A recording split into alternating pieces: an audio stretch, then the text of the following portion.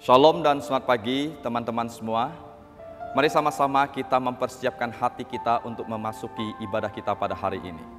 Mari kita mulai ibadah kita pada hari ini dengan satu pengakuan bahwa pertolongan kita datangnya dari Tuhan yang menjadikan langit dan bumi. Allah yang setia, yang tidak pernah meninggalkan perbuatan tangannya. Kiranya turun atas kita sekalian damai sejahtera dan keselamatan yang datang daripadanya. Amin. Amin. Inilah setiap kami Tuhan, kami mau menyembah Engkau. Engkau Allah yang kudus, yang layak akan segala pujian dan penyembahan kami. Holy, holy, holy. Holy, holy, Lord God Almighty.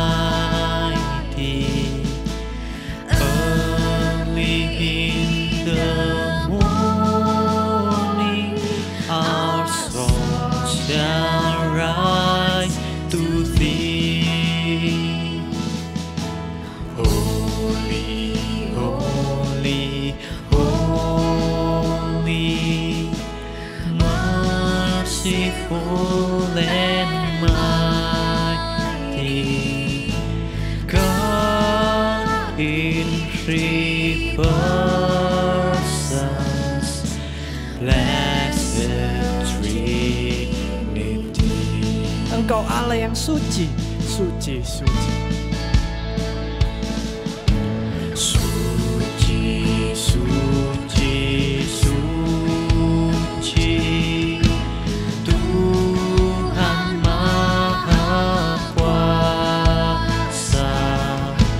Dikau kami puji di pagi yang teduh. Engkau murah dan perkasa.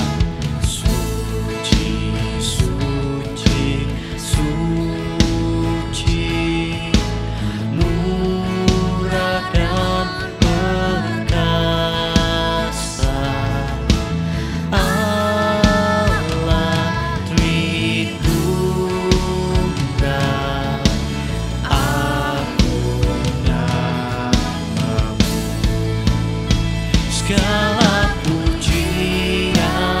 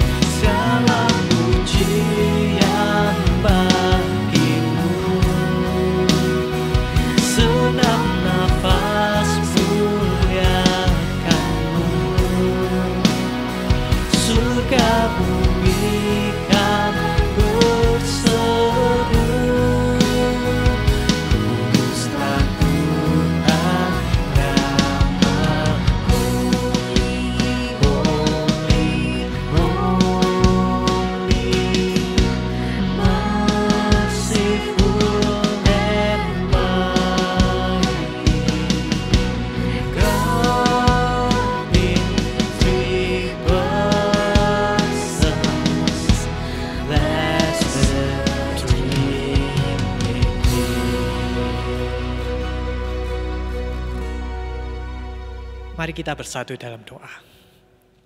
Benar Tuhan, seperti pujian yang kami naikkan, Engkau adalah Allah yang kudus. Engkau adalah Allah yang layak akan sembah pujian kami.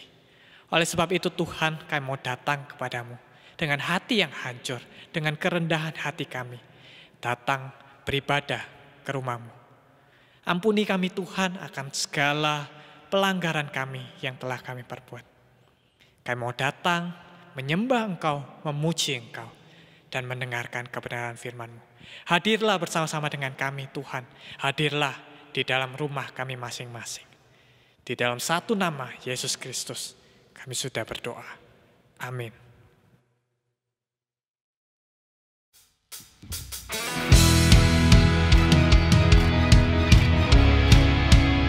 Sebab Dia adalah Allah yang beserta dengan kita dan hidup di dalam kita. Oleh sebab itu kita tidak akan takut. Selangkah demi selangkah ku maju tiada lelah. Sekalipun ku berjalan dalam lembah kekelaman, ku tak takut, ku tak gentar, semua musuh gemetar.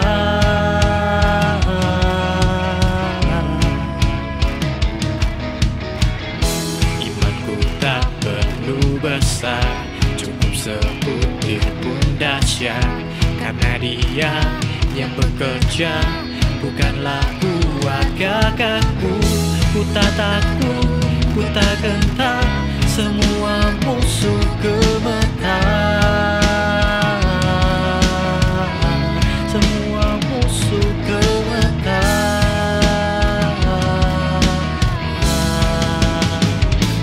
Yesus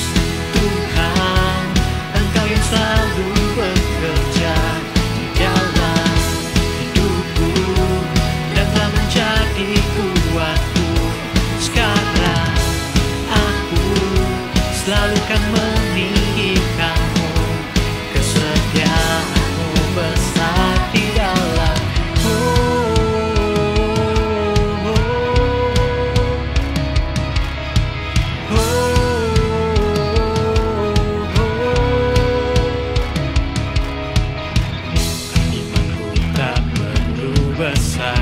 Cukup sebutir pun dahsyat, karena Dia yang bekerja, bukanlah kuat gagahku. Ku tak takut, ku tak gentar, semua musuh gemetar. Semua musuh gemetar.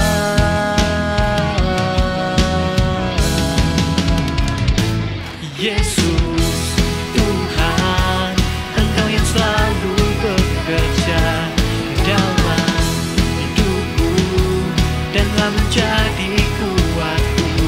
Sekarang aku selalu kan meninggikanmu, kesetiaanmu besar di dalam.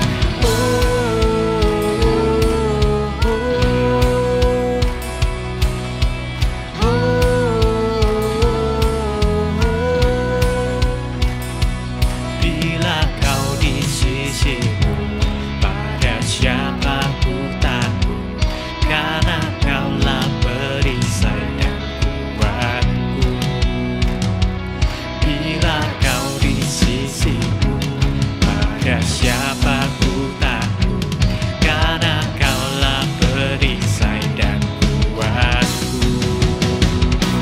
Yesus Tuhan, Engkau yang selalu bekerja dalam hidupku dan telah menjadi kuatku. Sekarang aku selalu kan meninggikanmu, kesetiaanmu besar.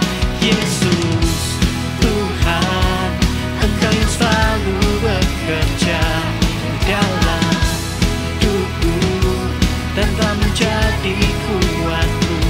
Sekarang aku selalu kan meninggikanmu, kesetiaanmu besar di dalam.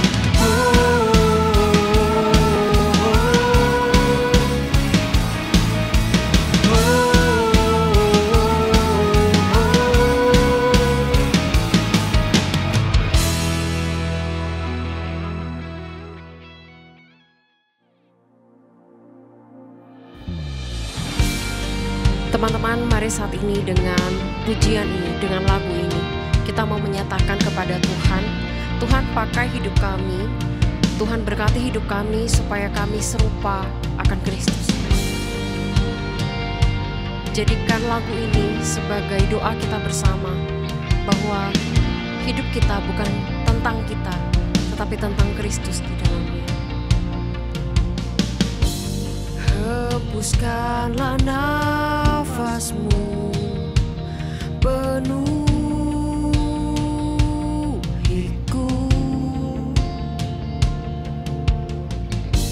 setiap musim hidupku, Kau sertaku, ku arahkan mataku padamu, segenap jiwa dan hatiku berseru, Yesus, Kau di dalamku, Kau besertaku, kan ku serahkan segalanya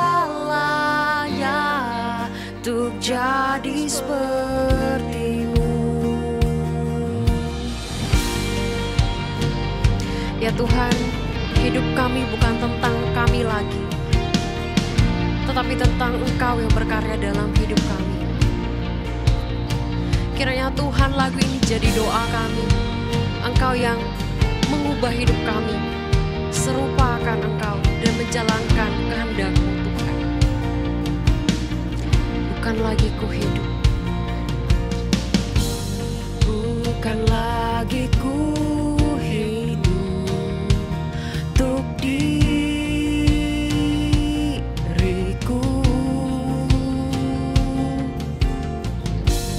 anugerah pengorbanan selamatkanku, ku arahkan mataku padamu, segenap jiwa dan hatiku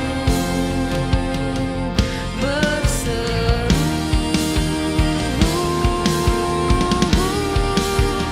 Yesus, Kau di dalamku,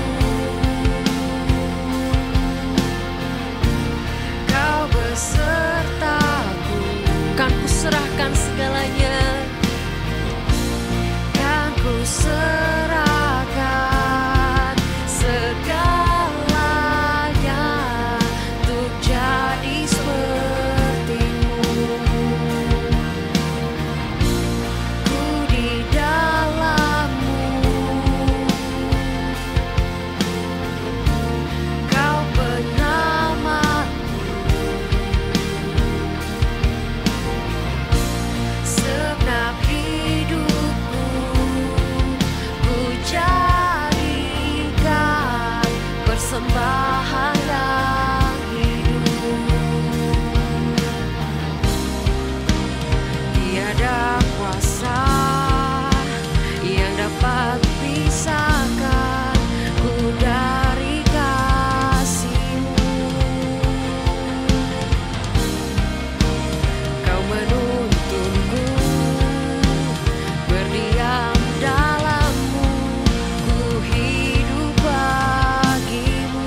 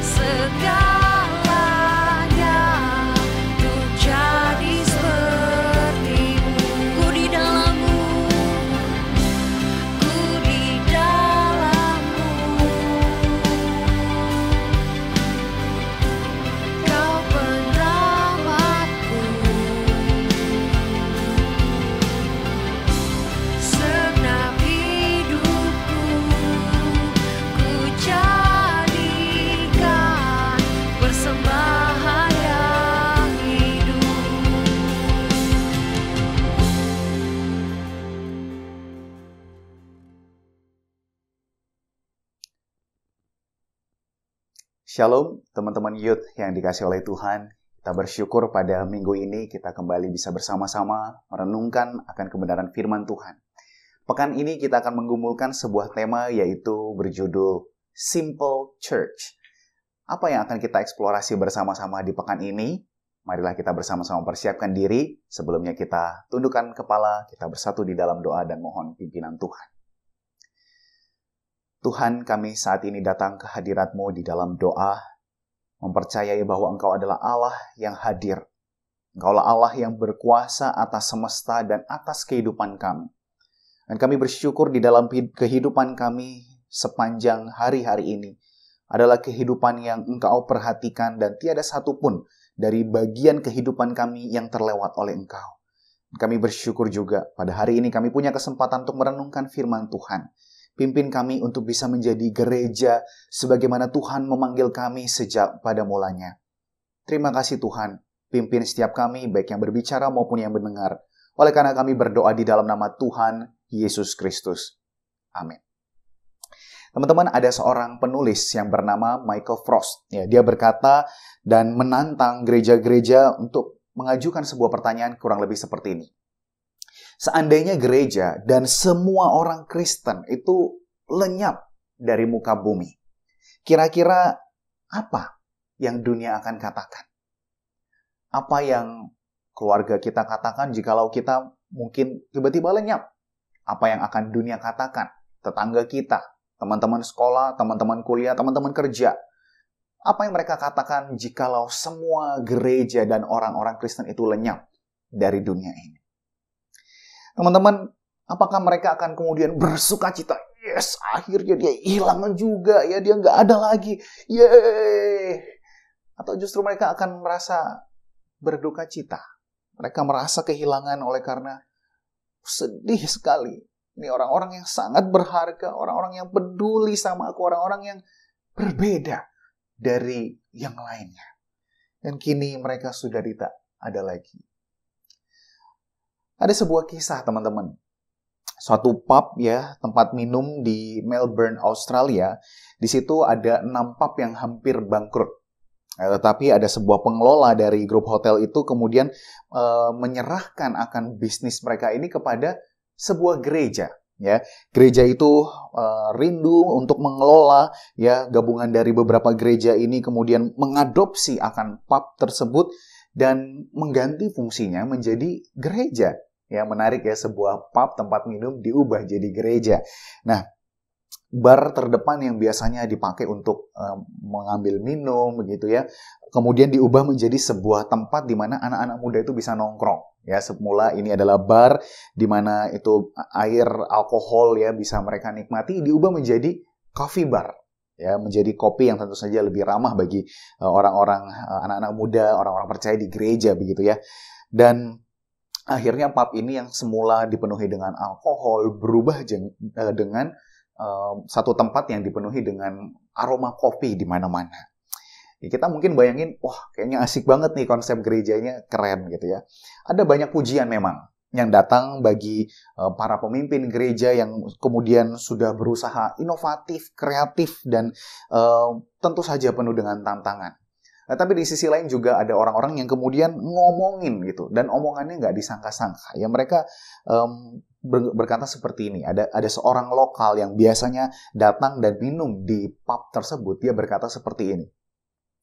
Biasanya aku akan datang, aku masuk ke tempat ini, belok di sini, aku duduk di tempat ini adalah spotku, this is my spot, where I can drink, di mana aku bisa minum dan have fun di tempat itu. Tapi sekarang aku sudah kehilangan spotku.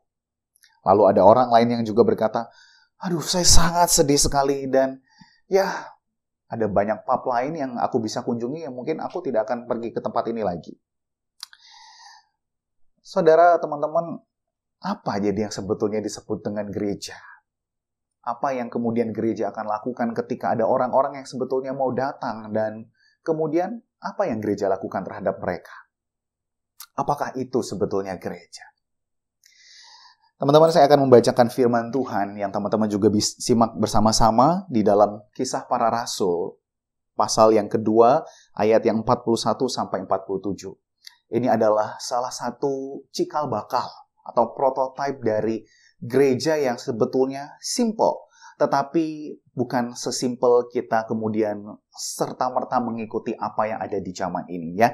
Kita akan bersama-sama membaca Kisah Para Rasul 2 ayat 41 sampai yang ke-47. Demikian firman Tuhan.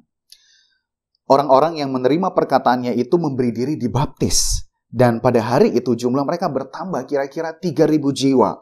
Mereka bertekun dalam pengajaran rasul-rasul dan dalam persekutuan. Dan mereka selalu berkumpul untuk memecahkan roti dan berdoa. Maka ketakutanlah mereka semua, sedang rasul-rasul itu mengadakan banyak mujizat dan tanda-tanda. Dan semua orang yang telah menjadi percaya tetap bersatu. Dan segala kepunyaan mereka adalah kepunyaan bersama. Dan selalu ada dari mereka yang menjual harta miliknya, lalu membagi-bagikannya kepada semua orang sesuai dengan keperluan masing-masing. Dengan bertekun dan dengan sehati, mereka berkumpul tiap-tiap hari dalam bait Allah. Mereka masing-masing memecahkan roti di rumah masing-masing secara bergilir dan makan bersama-sama dengan gembira dan dengan tulus hati sambil memuji Allah. Dan mereka disukai semua orang. Dan tiap-tiap hari Tuhan menambah jumlah mereka dengan orang yang diselamatkan. Teman-teman, ketika kita membaca satu perikop dari Kisah Rasul 2 ayat 41-47 ini, coba teman-teman tebak gitu ya. Kira-kira ada berapa kata gereja di dalam perikop tersebut? Ada berapa kira-kira? Saya sediakan slide-nya kalau teman-teman mau cek ya. Nah, di dalam hitungan kasar saya menemukan setidaknya ada 13 kata gereja di sana. Wah, teman-teman mungkin bingung nih, ngada-ngada nih ya, ngadi-ngadi dari mana nih 13 kata. Tetapi kalau kita mau melihat ya, bahasa asli dari kata gereja itu sebetulnya adalah eklesia, yang secara literal itu memiliki makna yaitu seperti ini. Yaitu sekelompok orang atau warga setempat ya. Jadi bukan dari pendatang dari mana-mana, tetapi warga setempat yang dipanggil keluar dari rumah mereka menuju ke sebuah tempat yang publik atau yang umum ya. Ini orang-orang yang tinggal bersama-sama dengan orang-orang yang ada dipanggil keluar dari rumah untuk menuju ke satu tempat publik atau umum. Dan terkadang dimengerti bahwa kumpulan orang-orang ini adalah orang-orang yang berhikmat yang duduk di pintu gerbang dan bertugas untuk membawa value, membawa nilai, membawa hikmat kebijaksanaan dan menjaga akan suatu keutuhan dari kota tertentu. Dan tentu saja kalau kita mengadopsinya di dalam pengertian Kristen, ini adalah orang-orang yang membawa nilai Kristiani, yang membawa hikmat daripada Tuhan dan menjaga keutuhan kota. Oleh karena mereka terus menjaga orang-orang percaya di dalam Tuhan yang membangun akan kota tersebut. Jadi di dalam perikop tadi, kata ganti daripada orang-orang atau mereka itu sebetulnya menunjukkan kata gereja pada abad pertama. Jadi jika kita berbicara tentang gereja, ini bukan soal gedung ini atau gedung itu yang berada di jalan ini dan jalan itu. Tetapi gereja adalah setiap kita yang saat ini hadir di dalamnya. Di masa pandemi, baik yang secara on-site maupun online, kita semua adalah gereja. Jadi seharusnya gereja adalah kita.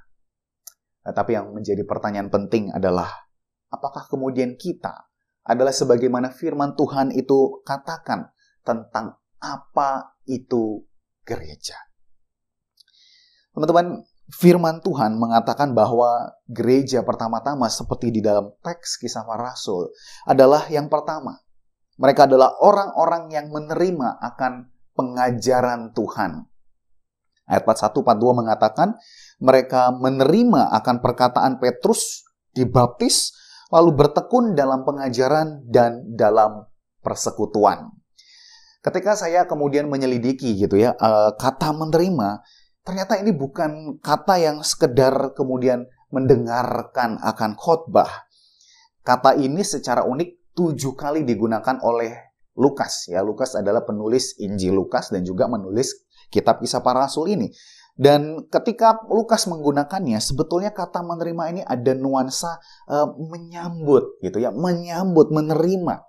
Contohnya di dalam Lukas 8 ayat 40 dikatakan, ketika Yesus itu kembali, orang banyak menyambut dia sebab mereka semua menanti-nantikan dia. Nah, kata menyambutnya itu sama sekali dengan kata menerima tadi. Jadi bayangkan orang-orang yang kemudian sudah menanti-nantikan Tuhan Yesus, dan ketika Tuhan Yesus datang, mereka menyambut dia. Itu pula cara seseorang yang kemudian ketika menerima pengajaran. Menerima itu adalah menyambut akan pengajaran, seolah-olah pengajaran ini yang sudah dinanti-nanti di dalam kehidupannya. Itu artinya ketika Paulus kemudian menyampaikan akan kebenaran Allah, gereja adalah orang-orang yang betul-betul menantikan ketika firman itu datang dan kemudian menyambutnya. Teman-teman, menyambut sebetulnya bukanlah sesuatu yang asing bagi kita. Saya misalnya teringat gitu ya, kalau misalnya lagi ada di minimart gitu ya, lalu tiba-tiba ada yang menyambut kita, bukan? Ya, selamat datang, ya, selamat berbelanja. Lalu misalnya kita ada di bank tertentu gitu, kita akan disambut, ya, selamat datang, ya, ada yang bisa saya bantu. Ya, ini sebuah sambutan yang sangat hangat. Dan tentu saja kalau misalnya kita di gereja pada saat offline sebelumnya, kita disambut oleh para usher, ya, selamat datang, selamat beribadah. Dan memang menyenangkan sekali rasanya ketika ada yang menyambut dibanding kita kemudian diabaikan begitu saja. Tetapi yang mungkin jarang untuk kita hayati adalah sebetulnya menyambut itu adalah sebuah sikap yang spesial, di mana ini bukan soal gestur senyum gitu ya, kemudian menggunakan kata-kata yang manis seperti itu. Kata menyambut sebetulnya itu membutuhkan seseorang itu untuk kemudian memberi diri. Ya, selain memberi diri, menyambut juga berarti membuka ruang untuk menerima yang lain. Ya. Jadi teman-teman, pertanyaannya bukanlah sudahkah kita mendengarkan firman Tuhan minggu demi minggu ketika mendapatkan pengajaran Tuhan, tetapi sudahkah Anda dan saya kemudian adalah seorang yang memberi diri, lalu membuka ruang di mana firman itu kita terima, kita sambut, sehingga keberadaan firman itu menguasai akan seluruh kehidupan kita. Dan inilah tandanya. Jika gereja adalah orang-orang yang menerima pengajaran Tuhan, mereka adalah murid-murid Kristus. Karena mereka orang yang belajar dari firman. Mereka dimuridkan untuk menjadi semakin serupa dengan Kristus. Dan saya mau berkata ini adalah sebuah konsekuensi rohani dari seorang yang menghargai anugerah Tuhan. Menghargai karya keselamatan Tuhan Yesus yang telah dengan sempurna mengampuni segala dosa kita, dan melalui karyanya kita ditebus menjadi miliknya. Dengan cara apa kemudian kita dapat menyambut akan pengajaran firman Tuhan ini? Teman-teman, di dalam teks kita diberikan petunjuk bahwa kata yang digunakan yaitu dengan bertekun dalam pengajaran rasul-rasul dan dalam persekutuan. Maka saya mengajak kita melakukan suatu hal yang lebih konkret. Ya, saya sebutnya dengan melakukan 3A. Ya. 3A ini terdiri dari yang pertama, ambil alat tulis atau gadget Anda, lalu catat bagian firman Tuhan yang selalu Anda dapatkan, baik di hari Minggu maupun di dalam saat teduh sehari-hari maupun dimanapun Anda dapat menemukan akan firman Tuhan, catat. Ya, tidak ada yang kebetulan di dalam kehidupan orang percaya dan selalu ada maksud kenapa Tuhan menyediakan firman Tuhan bagi Anda. Yang kedua, ajukan pertanyaan kepada diri Anda sendiri tentang kenapa firman Tuhan ini kok tiba-tiba ada ya buat saya. Apa yang Tuhan itu mau katakan sekarang dan apa yang Tuhan hendak nyatakan. Ada banyak sekali firman Tuhan yang sering kita dengar, tapi sering juga kita lewatin. Itu sebabnya coba belajar ya, saya ajak Anda untuk ajukan pertanyaan. Kenapa Tuhan firman ini? Mungkin bisa bagi Anda saat ini, mungkin bisa untuk besok, atau mungkin satu waktu yang genting di mana Anda nggak pernah sadar, tetapi Anda ingat, oh Tuhan pernah berkata seperti ini. Oleh sebab itu, ajukan pertanyaan kepada diri Anda sendiri. Dan yang terakhir, bahwa kita tentu saja tidak bisa bertubuh dengan sendiri. Oleh karena itu, yang ketiga adalah ajak kelompok kecil Anda. Kalau Anda belum punya kelompok kecil, cari teman. Cari rekan untuk bisa bertumbuh bersama menjadi sahabat rohani bagi Anda. Seorang teman spiritual untuk menemukan kehendak Tuhan bersama-sama. Lalu berikan ruang untuk menyambut kebenaran firman Tuhan melalui juga sudut pandang daripada orang yang lain. Berikan diri Anda untuk kemudian mengajar dan melatih tubuh untuk melakukan akan kebenaran tersebut. Yang kedua, teman-teman ya, gereja adalah, kalau tadi yang pertama orang-orang yang menerima akan pengajaran Tuhan, yang kedua gereja adalah orang-orang yang kemudian peduli antara satu dengan yang lainnya. Melalui ayat 44 sampai 45, kita menemukan bahwa orang-orang yang disebut dalam ayat 41 tadi, ya, orang-orang yang menerima pengajaran Allah, kemudian jadi percaya. Jadi setelah menerima, menyambut, dia jadi percaya, dan percayanya itu bersama-sama, ya. Kata bersama-sama ada di sana. Jadi bukan percaya kemudian sendirian ke sana kemari, tetapi bersama-sama. Dan kemudian ada kata ya immediately, dengan segera, kemudian muncullah ciri khas gereja di mana mereka bersama-sama, mereka tetap bersatu.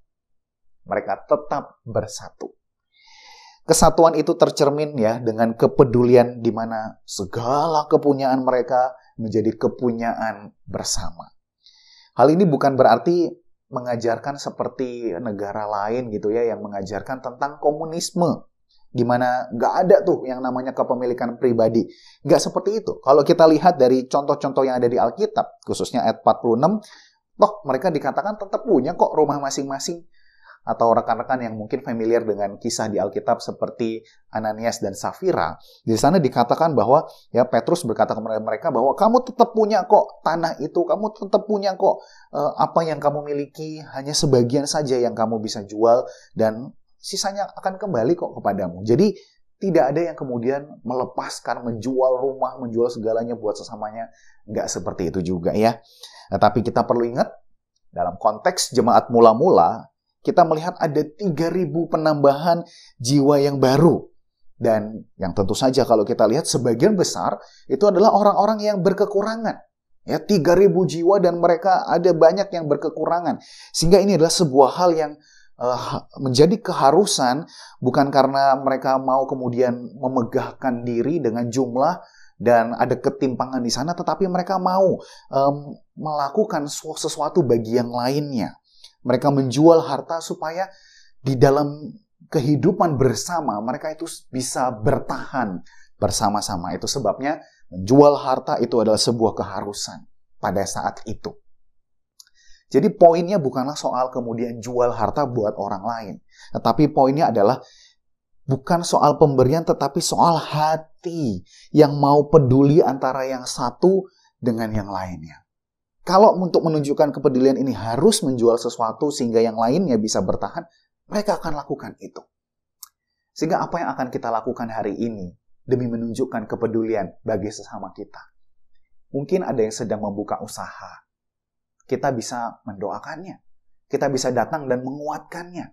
Kita juga bisa datang dan ikut belanja di sana, menikmati dan mensyukuri. Dan bahkan mungkin kalau kita punya berlebih, kita bisa beli beberapa dan bagikan kepada orang-orang lain yang juga mungkin membutuhkan. Kita bisa melakukan hal tersebut untuk menunjukkan kepedulian. Saya bersyukur gereja di masa pandemi terus bertekun, ya, saling support. Jemaat yang punya usaha dibantu, begitu ada yang promote gitu ya, saling berkolaborasi untuk mendukung umat Tuhan menghadapi situasi yang tidak mudah ini. Namun saya izin ya teman-teman untuk mengingatkan bahwa di dalam ayat yang ke-46 itu disingkapkan bahwa mereka itu bertekun dengan sehati, ya. Bertekun dengan sehati, mereka berkumpul baik di dalam bait Allah maupun di rumah masing-masing. Jadi teman-teman, yang mau saya highlight adalah bahwa kepedulian itu penting. Dan saya yakin itu sangat berarti bagi sesama kita, orang-orang yang membutuhkan. Tetapi firman Tuhan mengatakan gereja bukan hanya orang-orang yang kemudian menunjukkan kepedulian dengan pemberiannya. Tetapi ada satu kata yang unik di belakang, yaitu dengan kesehatian. Kita sangat bisa loh memberi, menyumbang dari seberapa yang kita punya, tetapi tidak ada kesatuan hati di dalamnya. Kita hanya memberi karena rasa bersalah, ya, nggak enak kalau kita nggak belanja, nggak enak kalau kita nggak ngasih, tetapi tidak ada kesehatian di dalamnya. Tetapi berbeda dengan gereja Tuhan. Mereka adalah orang-orang yang berbeda, di mana ketika apa yang sedang dialami gereja saat itu, ketika mereka memberi dengan kesehatian. Mereka turut merasakan apa yang namanya hidup di ambang kemiskinan. Mereka saling melihat kondisi antara yang satu dengan yang lainnya. Saya percaya mereka adalah orang-orang yang kemudian berkunjung ke rumah jemaat-jemaat dan mereka melihat, ya ampun, ini rumahmu seperti ini, kamu sulit sekali untuk bisa tidur dengan nyenyak. Aku punya apa yang aku bisa supaya menolong kamu bisa tidur dengan nyenyak. Kamu rasanya akan kedinginan sekali dengan baju yang seperti ini. Aku akan berikan mantelku untuk kamu bisa tidur dengan hangat. Mereka adalah orang-orang yang tidak hanya memberi karena merasa bersalah kalau nggak memberi, tetapi mereka punya kesehatian dan turut merasakan apa yang dialami oleh umat pada saat itu. Maka saudaraku, jika gereja adalah orang-orang yang peduli, ya, satu dengan yang lain, maka dengan cara apakah kita bisa menunjukkan kesehatian? Kalau tadi saya mengajak kita melakukan 3A, ya, yang kedua saya mengajak kita melakukan 2B. Apa itu 2B? Yang B yang pertama adalah berikan. Berikanlah waktu kepada sesama kita. Jikalau kita bisa menghabiskan waktu berjam-jam nonton YouTube, Netflix, kemudian sosial media dan bermain game, saya tidak ragu. Saya percaya sekali bahwa kita pasti bisa memberikan satu waktu bagi sesama kita. Dan saya percaya bahwa di dalam waktu yang kita bisa bagi, kita curahkan kepada sesama, ada sebuah cicipan sukacita surgawi yang Allah itu sediakan untuk kita. Kita bisa merasakan Tuhan melalui fellowship dan kebersamaan yang ada. Saudara, ada banyak orang kesulitan merasakan Tuhan. Tapi berapa banyak orang yang mencoba mencari Tuhan di dalam persekutuan. Jangan pernah abaikan kesatuan di dalam tubuh Kristus.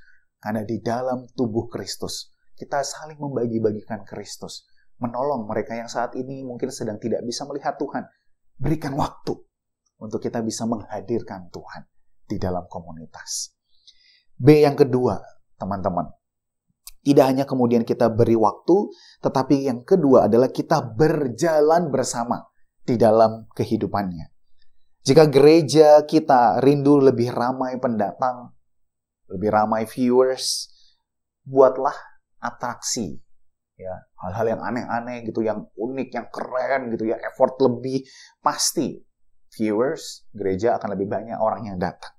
Tetapi jika gereja kita ingin terdiri dari orang-orang yang bertekun di dalam pengajaran, tertarik dengan isu-isu kehidupannya, menghubungkan kebenaran firman Tuhan dengan titik-titik realita akan pengalaman kehidupan, pergilah berinkarnasi, berjalan bersama di dalam kehidupan. Tidak hanya di dalam senang, tapi juga di dalam rasa sedih. Tidak hanya di dalam kondisi yang baik atau normal, tetapi juga di dalam kondisi yang sulit sekalipun. Berjalanlah bersama di dalam kehidupan orang. Dan mereka akan merasakan bahwa, oh, gereja ini bukan gereja yang hanya memanfaatin aku punya karunia apa untuk melayani ini dan itu. Tetapi ini gereja yang senantiasa hadir. Dia menjadi keluarga bagi aku. Dan aku bisa menjadi diriku, perlahan mengubah diriku untuk menjadi serupa dengan Kristus. Poin yang terakhir, saudaraku, adalah poin yang meringkas kedua poin pendahulunya. Dimana kalau misalnya teman-teman lebih suka dengan yang bentuknya steps gitu ya, atau langkah-langkah konkret untuk bisa dikerjakan, latihlah diri kita untuk melakukan yang 3A dan 2B tadi. Tetapi jikalau teman-teman lebih memilih untuk mengambil satu poin yang bisa diambil untuk dibawa pulang pada pekan ini, saya hubungkan 3A dan 2B ini menjadi 1C. Ya, 1C kalimat panjang sih, nggak apa-apa ya. Ya, jadi jika gereja adalah kita, dan kita adalah gereja seturut yang firman Tuhan singkapkan di dalam Kisah Rasul 2 ini, maka kita seharusnya adalah orang-orang yang 1C, yaitu connect. Connect with God and connect with people. Perikop ini menunjukkan bahwa gereja adalah kumpulan orang yang tekun belajar dari Tuhan, mensyukuri anugerah daripada Tuhan Yesus Kristus, keselamatan yang diberi, dan merespons dengan ketekunan belajar dari Tuhan. Kemudian di dalam kekaguman akan pengenalan itu, mereka menjadi orang-orang yang berbuah pada penyembahan kepada Tuhan. Saudara, ada sebuah kutipan yang berkata bahwa tidak ada orang yang benar-benar belajar dari Tuhan yang mulutnya kemudian jadi berhenti menyembah Tuhan. Tidak ada orang yang hatinya benar-benar menyembah kepada Tuhan yang kemudian pikirannya berhenti mencari akan kebenaran. Dan seseorang yang punya kebenaran di dalam dirinya akan memaintain sebuah relasi yang terjaga, baik relasi itu yang vertikal, ya, yang hidup dengan Tuhan, maupun yang kemudian akan tercermin di dalam relasi yang vertikal, akan tercermin dalam relasi yang horizontal, yang hidup dengan sesamanya. Teman-teman, tidak ada superhero di gereja Tuhan. Hanya ada Kristus yang menjadi juru selamat penebus dosa kita. Dialah kepala gereja. Dialah fondasi yang kokoh dari gereja. Dan hanya dengan terhubung kepadanya lah kita dapat turut mewariskan kehidupan bergereja kepada anak-anak kita nanti, cucu-cucu kita, dan bahkan kepada sesama kita. Connect with God, connect with people. Kiranya kita senantiasa menjadi kumpulan orang-orang yang terhubung dengan Allah dan dengan sesama. Seperti apakah kira-kira kemudian gereja yang connect with God and connect with people? Saya tutup dengan sekali lagi sebuah kisah dari suatu pub, ya, tempat minum. Ini adalah kisah pub kedua, di mana pub ini ada di Bradford, Inggris. Pemiliknya adalah kumpulan beberapa pebisnis Kristen. Ya, mereka di dalam pergumulannya akan firman Tuhan, mereka belajar dan mereka yakin bahwa Tuhan Yesus itu berkata, pergilah ke seluruh dunia, dan termasuk akan pub ini. Dia berkata, Tuhan tidak pernah ngomong untuk duduk di gereja dan tunggulah orang-orang itu datang kepadamu.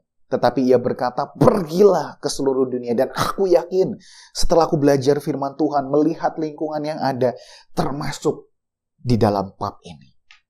Jadi saudaraku, para pebisnis Kristen ini, kemudian mereka bersatu hati, kemudian mereka mengumpulkan apa yang mereka miliki untuk membeli akan pub tersebut. Tetapi menariknya, mereka tidak ubah pub ini menjadi gereja, tetapi mereka menghadirkan gereja di tengah-tengah pub tersebut. Malcolm Willis, dialah salah seorang pemilik yang bersama dengan stafnya menghadirkan sebuah lingkungan yang penuh kasih, penuh dengan penerimaan. Kemudian di mana orang lokal yang berdatangan itu mereka sambut, mereka perhatikan, mereka dengarkan, dan mereka melayani akan setiap pendatang itu. Ia bersaksi seperti ini.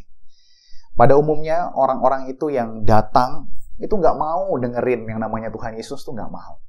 Sampai setidaknya betul-betul Malcolm Willis dan para stafnya itu mendengarkan cerita mereka. Ada yang 10 kali, ada yang 15 kali, bahkan ada yang sampai 20 kali. Yang tentu saja bisa sangat melelahkan.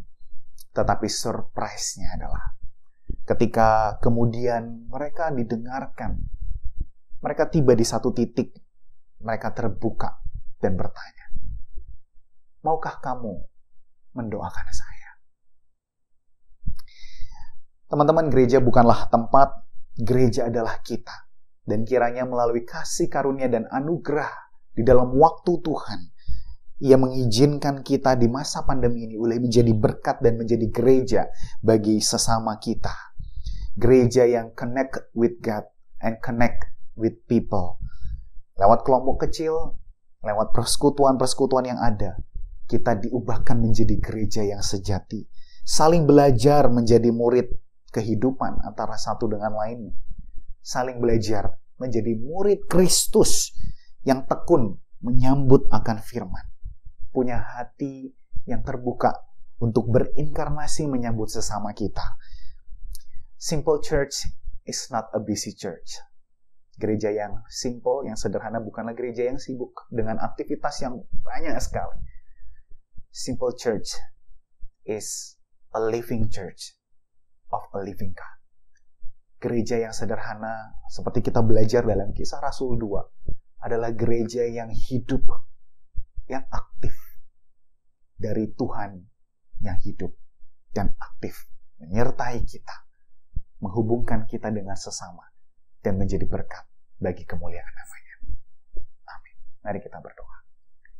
Tuhan, kami berterima kasih melalui kebenaran firman-Mu kami boleh belajar untuk menjadi gereja. Sebagaimana Tuhan di dalam anugerah-Mu Engkau telah memanggil kami keluar untuk menjadi berkat bagi sesama.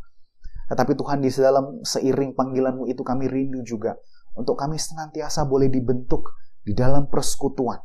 Kami menjadi murid-murid Kristus yang belajar dari firman Kristus, sehingga kami boleh semakin bertumbuh dewasa di dalam rohani kami, yang memimpin kami kepada kedewasaan mental kami, kedewasaan emosional kami, sehingga kami boleh menjadi pribadi-pribadi di masa pandemi ini yang membuat orang-orang bertanya, kenapa kami masih bisa memiliki pengharapan? Dan kiranya pengharapan dari Tuhan Yesus Kristus itu boleh kami bagikan dan mengubahkan kehidupan bagi banyak orang lain lagi ya Tuhan. Terima kasih ya Tuhan, kiranya Engkau dipermuliakan di atas segala-galanya melalui kehidupan kami yang kami rindu untuk kami ubahkan menjadi semakin connect with you and with others. Terima kasih Tuhan, dalam nama Yesus kami berdoa. Amin. Tuhan Yesus memberkati saudara sekalian. Terima kasih untuk penginjil Ezra Solavide yang sudah menyampaikan kebenaran firman Tuhan pada hari ini. Kita bersyukur ada satu pesan yang baik untuk kita ambil sebagai murid Kristus, sebagai tubuh Kristus. Kiranya teman-teman, pesan firman Tuhan ini boleh jadi bekal yang baik buat kita menjalani kehidupan sebagai murid Kristus. Teman-teman, kita mau menyerahkan beberapa pokok doa yang akan kita doakan bersama-sama. Mari saat ini kita menenangkan hati kita mau berdoa syafaat di hadapan Tuhan. Mari kita berdoa. Bapa di sorga, kami secara khusus datang kepada Engkau. Kami mau bersyukur Tuhan untuk karya keselamatan yang Tuhan kasih buat kami.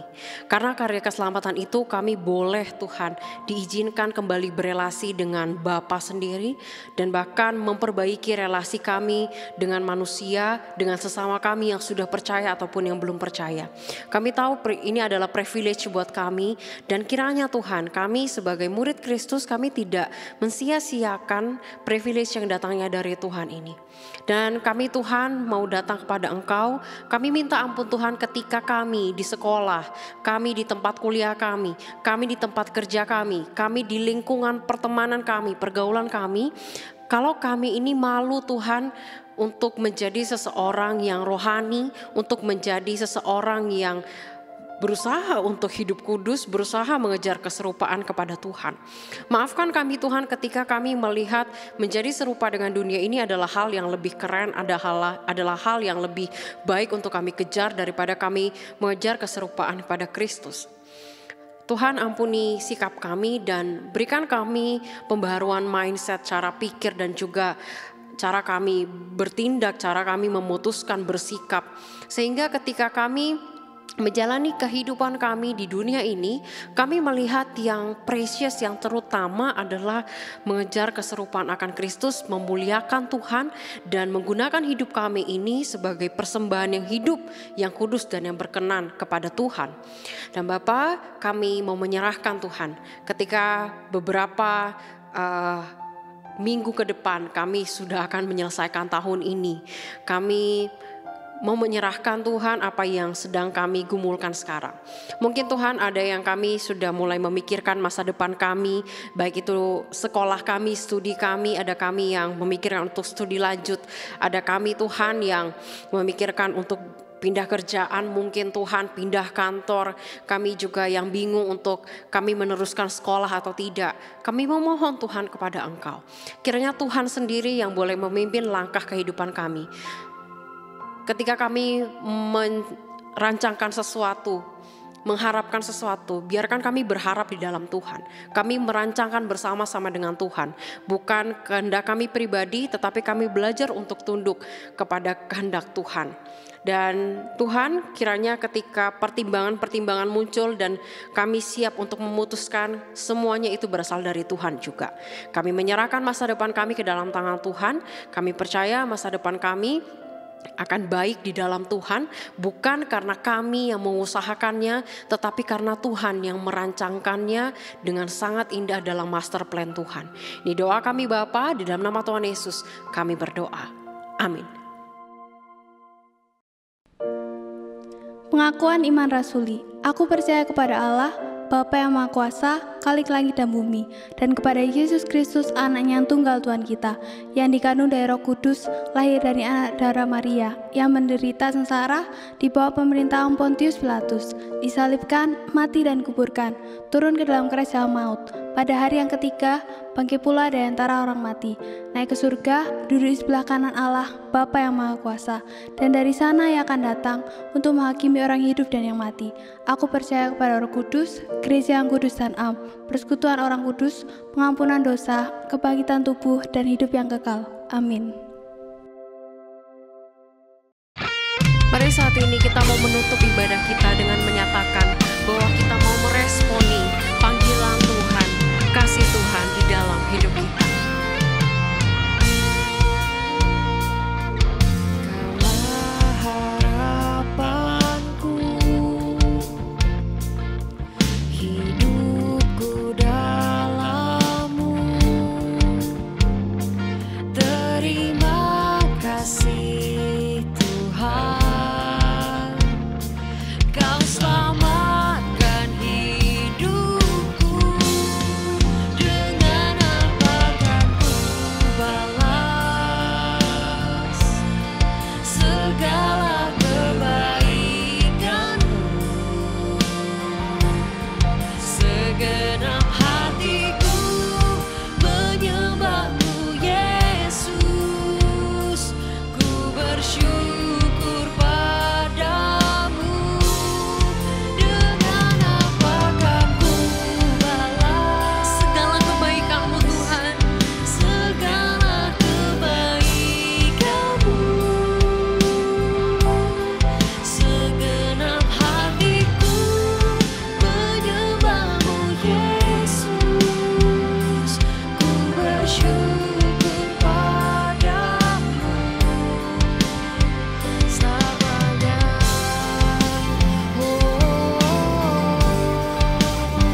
Selamanya.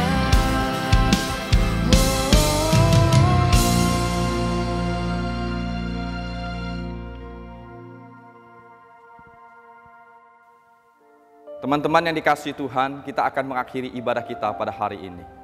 Mari sekali lagi arahkanlah hatimu kepada Tuhan dan terimalah berkat yang datang daripadanya. Kiranya kasih sayang yang kekal dari Allah Bapa dan cinta kasih yang tak berkesudahan dari Tuhan kita Yesus Kristus, pertolongan, kuasa, dan penghiburan dari Allah Roh Kudus menyertai setiap kita dan membuat apapun yang kita kerjakan berkenan di hatinya dan berhasil mulai saat ini sampai Tuhan Yesus datang untuk kedua kalinya. Amin. Amin.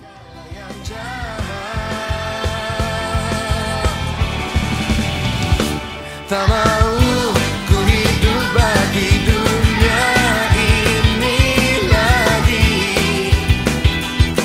Tak ingin kompromi, tak ingin lakukan hal yang dapat dukakan hatimu.